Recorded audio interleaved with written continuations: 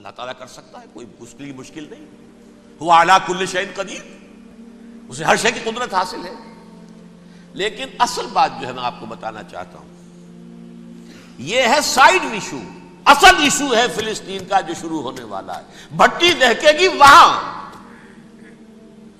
ظاہر بات ہے کہ اگر کوئی بہت بڑا اقدام ہو جاتا ہے فلسطینیوں کے خلاف، اور اگر واقعتاً مسجد اقصیٰ اور قبۃ الصخرہ گرا دیے جاتے ہیں، جو طوفان اٹھے گا عالم عرب میں، یہ حسنی مبارک ہو یا شاہ خالد ہو یا کوئی اور ہو، یہ نہیں روک سکتے اس طوفان کو. نوجوان خون اٹھے گا، غیرت اور جو بھی حمیت ہے. مسلمان ان پڑھ سے ان پڑھ اور بالکل بے دین، وہ بھی مسجد کی حرمت پر کٹ مرنے کو تیار ہو جاتا ہے. مسجد تو بنا دی شب بھر میں ایمان کی حرارت والوں نے، من اپنا پرانا پاپی ہے، برسوں میں نماز ہی بن نہ سکا. وہ چاہے کانپور کی مسجد سے مسلمانوں نے جانے دی ہے، چاہے وہ شہید گنج کی مسجد تھی مسلمانوں نے جانے دی ہے، چاہے نماز نہ پڑھتے ہو. لیکن یہ جو حرمت اور یہ جو حمیت اور یہ غیرت ہے، اس سے جو طوفان اٹھے گا یہ ہوگا اس ملحمۃ العظما، اس کی طرف پیش رفت ہو رہی. کتاب الملاحم سے احادیث کے حوالے سے کہ جن جنگوں کا حوالہ دیا حضور نے، پیشن گوئی کی ہے، اس کا نقطہ آغاز تھا خلیج کی جنگ. صدام حسین نے اسے کہا تھا یہ مدر آف وارز ہے، ام المحارب، یہ ایک جنگ نہیں ہے. اس کا نقشہ بھی حدیث میں موجود ہے، پیشن گوئی موجود تھی، اس وقت بھی ہم نے شائع کی تھی. لیکن اس میں جو جنگ اب ہونے والی وہ الملحمۃ العظما. ملحمہ کسے کہتے ہیں؟ لحم گوشت کو کہتے ہیں، اور قصائی کی دکان کو عربی میں ملحم کہتے ہیں، جہاں گوشت کے ٹکڑے کیے جاتے ہیں. آج کل مشینوں سے ہوتے ہیں، اب جو ہے وہ ہاتھ سے چھریوں سے نہیں ہوتے، لیکن ٹکڑے ہو رہے ہوتے ہیں، جسموں کے چیتھڑے اڑ رہے ہوتے ہیں. ملحمہ، یہی لفظ استعمال کیا تھا حضرت سعد ابن عبادہ نے رضی اللہ تعالی عنہ یوم فتح مکہ. ان کے دل میں تھا کہ اب ہم انتقام لیں گے ان عربوں سے، ان قریش سے. الیوم یوم الملحمہ، الیوم یوم الملحمہ، یہ کہتے ہوئے جا رہے تھے. ایک خاص کیفیت، آج ہے گوشت کے ٹکڑے اڑانے کا دن. حضور سے کہا کسی نے جا کر کے ساتھ تو یہ کہہ رہے ہیں الیوم یوم الملحمہ، الیوم یوم الملحمہ. حضور نے فرمایا نہیں، ان سے کہو جا کر الیوم یوم المرحمہ، الیوم یوم المرحمہ، آج رحمت کا دن ہے، آج تو میں ان سب کو معاف کروں گا. لا تثریب علیکم اليوم، میں تم سے وہی بات کہہ رہا ہوں جو میرے بھائی یوسف نے کہی تھی اپنے بھائیوں سے. اذهبوا فانتم الطلقاء، جاؤ تم سب کے سب آزاد. وہ ملحمہ ہے جس کو کہ حضور نے حضرت معاذ بن جبل رضی اللہ تعالیٰ عنہ، اس کی روایت ہے، اس میں سے جو ابو داؤد میں روایت آئی ہے اس میں الملحمۃ العظما، عظما مؤنث ہے اعظم کا. آپ کہتے ہیں جنگ عظیم اول، جنگ عظیم دوم. عظیم کا باپ ہو گیا اعظم، سب سے بڑا، اور اس کا مؤنث ہے سب سے بڑی، عظما. الملحمۃ العظما، سب سے بڑی لڑائی. میرے نزدیک یہ وار کے معنی میں نہیں ہے، بیٹل کے معنی میں. انگریزی میں یہ دو لفظ علیحدہ ہے، وار، بیٹل. وار سالوں کو محیط ہوتی ہے، بیٹل کسی ایک خاص جگہ پر جو لڑائی ہوتی ہے اس کو کہتے ہیں. حضور کے اور قریش کے درمیان 6 سالہ وار تھی، جنگ تھی. لیکن battles, battle of Uhud, battle of Badr, یہ بیٹلز تھی، لڑائیاں تھیں. تو عظیم ترین جنگ شاید اس اعتبار سے نہ ہو جیسے کہ ورلڈ وار 1 اور ورلڈ وار 2، یعنی اس کی وسعت کا اتنا معاملہ نہیں اور طوالت کا نہیں. لیکن جو لڑائی جو ہے بیٹل ہونی ہے، جس کو کہ یہ لوگ، یا چونکہ میں نے کہا تھا شروع میں کہ سرما ہے میری آنکھ کا خاک حجاز و حول قدس. نیو ٹیسٹمنٹ کی آخری کتاب ہے the book of revelation, revelation of saint John. اس میں آرمگڈون کہا گیا ہے اسے. ہر مجدون، یہ عبرانی لفظ ہے. ہر کہتے ہیں اونچی جگہ کو، سطح مرتفع. مجدون میگیڈو، میگیڈو ایک وادی ہے، مرتفع، وادی مرتفع.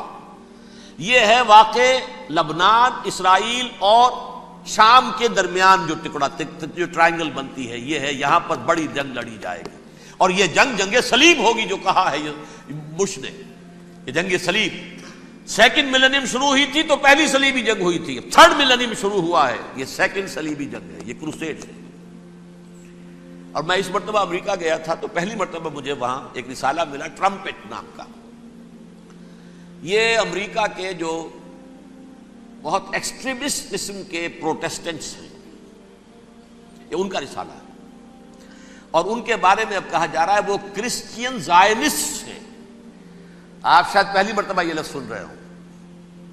زائنسٹ تو ہم سمجھتے ہیں یہودیوں کو، کرسچین زائنسٹ وہ ہیں جو ہیں تو عیسائی پروٹیسٹنٹس ہیں، لیکن اسرائیل کے وہ حمایتی یہودیوں سے بڑھ کر ہیں. یہ میری کسی پہلی تقریر میں شاید بہت سے حضرات کو یاد آ جائے، میں نے کہا تھا 4 سال پہلے ہمارا تنظیم اسلامی کا ایک کنونشن ہوا تھا ہیوسٹن میں، امریکہ کا جنوبی علاقے کا شہر ہے. ایک سیشن اس میں ہم نے رکھا تھا انٹرفیتھ، ایک عیسائی کو بلایا تھا، ایک یہودی بہت بڑا وہاں کا عالم ہے اس کو بلایا تھا. اس یہودی عالم نے ڈاکٹر وشوگراڈ، جو وہاں کی یونیورسٹی میں پروفیسر ایمیریٹس ہے، اس نے کہا تھا کہ یہ اسرائیل کو تو سپورٹ کر رہے ہیں عیسائی، ہم تو نہیں کر رہے.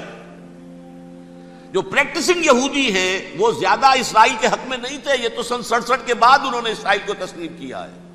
وہ تو منتظر تھے کہ ہمارا مسیحا آئے گا تو اس کی قیادت میں جنگ کریں گے، جیسے شیعہ منتظر تھے کہ مہدی موعود آئیں گے تو پھر ہم کچھ کریں گے. وہ امام خمینی نے کہا بھائی جب وہ آئیں گے آ جائیں گے، لیکن ہم کچھ راستہ کے لیے. زائنسٹ نے آگے بڑھ کر ریاست قائم کر لی، اور جب یروشلم پر بھی پورا قبضہ کر لیا تب جو ہے در حقیقت مذہبی یہودی جو ہے پھر انہوں نے اپنایا ہے، اون کیا ہے، اور نئے سیٹلمنٹس جو بھی بنے ہیں وہاں پر اسرائیل میں، اس میں اکثر و بیشتر مذہبی یہودی آیا، اور بروکلن کے علاقے سے سب سے بڑھ کر آئے ہیں، جو امریکہ میں نیو یارک کا ایک جنوبی علاقہ ہے، بہت بڑا یہودیوں کا بہت بڑا گڑھ ہے. نیو یارک کو جیو یارک بھی کہا جاتا ہے، وہ تو اصل میں مرکز جو ہے وہ تو یہودیوں کا ہے. اس حوالے سے وہاں پر جو کرسچن زائنسٹ کہلاتے ہیں وہ اسرائیل کے یہودیوں سے بھی بڑھ کر کہیں سپورٹر ہیں. بہرحال اس دوسری صلیبی جنگ کا معاملہ جو میں کہہ رہا تھا، ٹرمپٹ نامی رسالہ، اس کا ایک مضمون ہے دی لاسٹ کروسیڈ.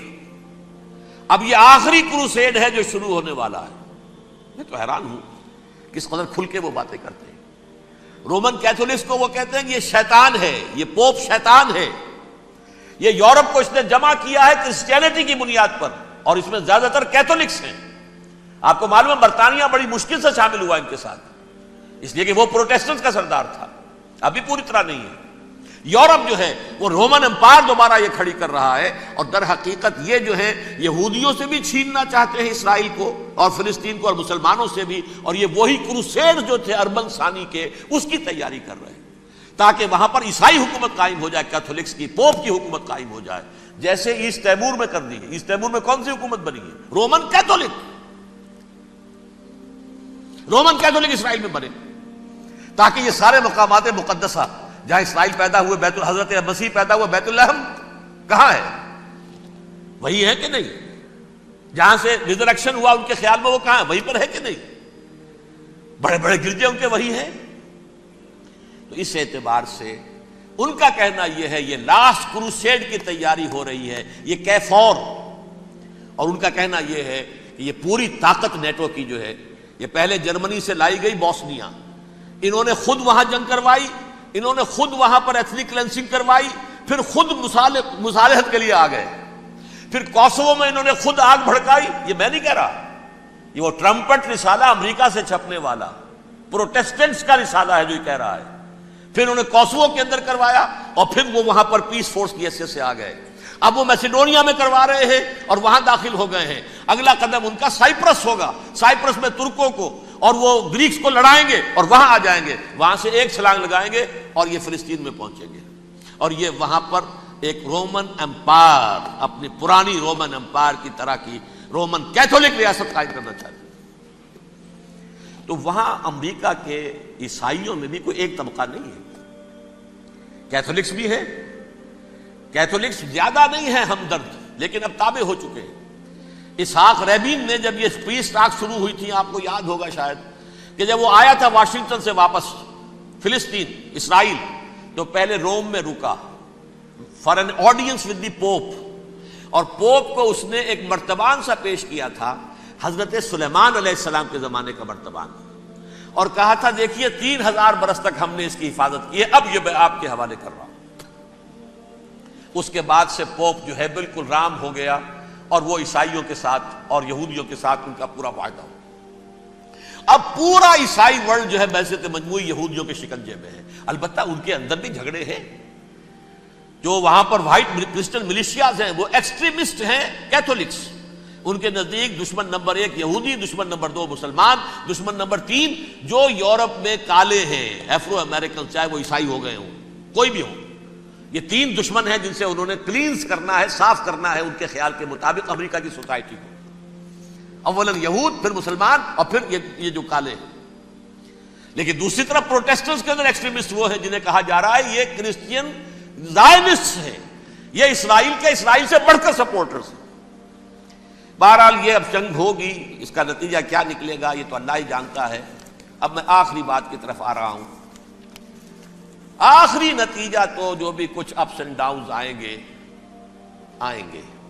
تلک الایام نداولھا بین الناس. آخری نتیجہ ڈراپ سین وہ یہ ہوگا کہ اللہ کے دین کا بول بالا ہوگا اور پوری دنیا پر محمد کے لائے ہوئے دین صلی اللہ علیہ وسلم کی حکومت قائم ہوگی. وہ گویا قیامت کی تمہید ہوگی. اس کے بعد بس قیامت آئے گی، کیونکہ مقصد کائنات، تخلیق کائنات پورا ہو جائے گا. پوری مخلوقات کے اندر مقصد تخلیق، کلائمیکس آف کریشن محمد الرسول اللہ صلی اللہ علیہ وسلم. دین کی تکمیل محمد الرسول اللہ صلی اللہ علیہ وسلم. اور اس خلافت عرضی کے لیے جو حضرت آدم کو خلافت دی گئی تھی، جب اس میں وہ خلافت پوری دنیا پر قائم ہو جائے گی اس کا مقصد پورا ہو جائے گا. And that will be the beginning of the end. اس کے بعد قیامت ہے. آخری نتیجہ تو یہ نکلنا ہے. اس سے پہلے سزائیں ہمیں بھی مل رہی ہیں. اور یہاں میں کانٹے کی بات جو چھوڑ گیا تھا اس کو بیان کر دوں. اللہ نے اس مغضوب علیہم قوم کو، اس ملعون قوم کو کیوں اب تک چھوٹ دیے رکھی؟ میں بتا چکا ہوں یہ بڑے عذاب کے مستحق ہو چکے تھے حضرت عیسیٰ علیہ السلام کے زمانے میں. چھوٹ دی ہے ابھی تک ہے، بلکہ ایک مرتبہ ابھارا ہے. 1900 برس کے بعد ابھرے ہیں یہ. بالفور ڈیکلریشن 1917 سن 70 عیسوی کے بعد، تقریباً 1900 برس، 1850 برس تو ہے کم سے کم. پھر creation of Israel 1948، 1967 extension of Israel, یروشلم پر قبضہ. یہ سارا جو ہے کیوں ہے؟ اللہ تعالیٰ اس خیر امت محمد صلی اللہ علیہ وسلم، اس کے بہترین حصے کو سزا ان ملعونوں کے ہاتھوں دے رہا ہے. کیوں؟ جو جرم انہوں نے کیا تھا وہی ہم نے کیا. انہوں نے اللہ کی کتاب کو پیٹھ کے پیچھے پھینکا. نبذ فریق من الذین اوتوا الکتاب کتاب اللہ وراء ظہورہم. ہم نے اپنی پیٹھوں کے پیچھے پھینکا کہ نہیں؟ کولونیل رول سے آزاد ہوئے، کہیں اسلامی قانون نافذ کیا، کہیں اسلامی نظام قائم کیا. تو جو جرم ان کا تھا وہی ہمارا ہے. اور ہم خیر امت ہیں، اور ہمارے میں سے خیر ترین عرب ہیں. ان پر اللہ کا فضل، ان کی مادری زبان میں اللہ کی کتاب موجود ہے. پھر انہوں نے اللہ کے دین کو پیٹھ دکھائی. جو ملک آزاد ہوا کولونیل رول سے، یا اس نے قبلہ کر لیا اپنا ماسکو کی طرف یا کر لیا واشنگٹن کی طرف. کسی نے مکے کو قبلہ بنایا. یہ بدترین سزا ہے. ویل للعرب من شر قد اقترب. اور ترمذی شریف میں تو یہاں تک روایت ہے من اقتراب الساعۃ ہلاک العرب. قیامت کے قرب کی ایک نشانی یہ بھی ہوگی کہ عرب ہلاک ہو جائیں گے. ایک حدیث میں الفاظ آتے ہیں کہ حضور نے جب کہا یہ ہوگا یہ ہوگا یہ ہوگا یہ بربادی آئے گی، تو کسی زوجہ محترمہ نام میں بھول رہا ہوں، انہوں نے پوچھا کہ عرب اس دن کہاں ہوں گے؟ فرمایا العرب یومئذ قلیل، بہت کم. آخری خاتمہ ہونا ہے یہود کا حضرت مسیح علیہ السلام کے ہاتھوں. وہ عذاب جو 2000 برس تک ان سے چلا رہا وہ آئے گا اور ان کے رسول ہی کے ہاتھوں آئے گا. لیکن اس سے پہلے مسلمانوں پر یہ عذاب آ رہا ہے، ہولوکاسٹ کے درجے کا عذاب آ رہا ہے. البتہ ہم پاکستانی اس میں یوں سمجھ لیجئے کہ وہ تو خبریں موجود ہیں احادیث میں، وہاں تو جو ہونا ہے. اتنے انسان مریں گے کہ ایک پرندہ جو ہے اڑتا چلا جائے گا، وہ نہیں چاہے گا کہ نیچے اترے تو کسی لاش پر اترے، اسے جگہ نہیں ملے گی زمین خالی کر کہیں اتر سکے، تھک ہار کر گرے گا، مرے گا تو بھی لاش کے اوپر گرے گا. یہ الفاظ ہیں حضور کے صلی اللہ علیہ وسلم. الملحمۃ العظمیٰ الملحمۃ الکبریٰ.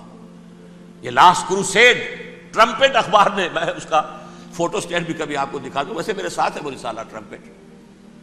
دی لاسٹ کروسیڈ اس کی تیاری ہو رہی ہے. وہ الملحمۃ العظمیٰ اور ملحمۃ الکبریٰ جو ہے وہ آنے والی ہے. ابن ماجہ میں کبریٰ کہا ہے، اکبر کا مؤنث کبریٰ. ملحمہ کبریٰ سب سے بڑی جنگ اور ملحمہ عظمیٰ سب سے عظیم جنگ. یہ ہوگی اور بہت جلد ہوگی.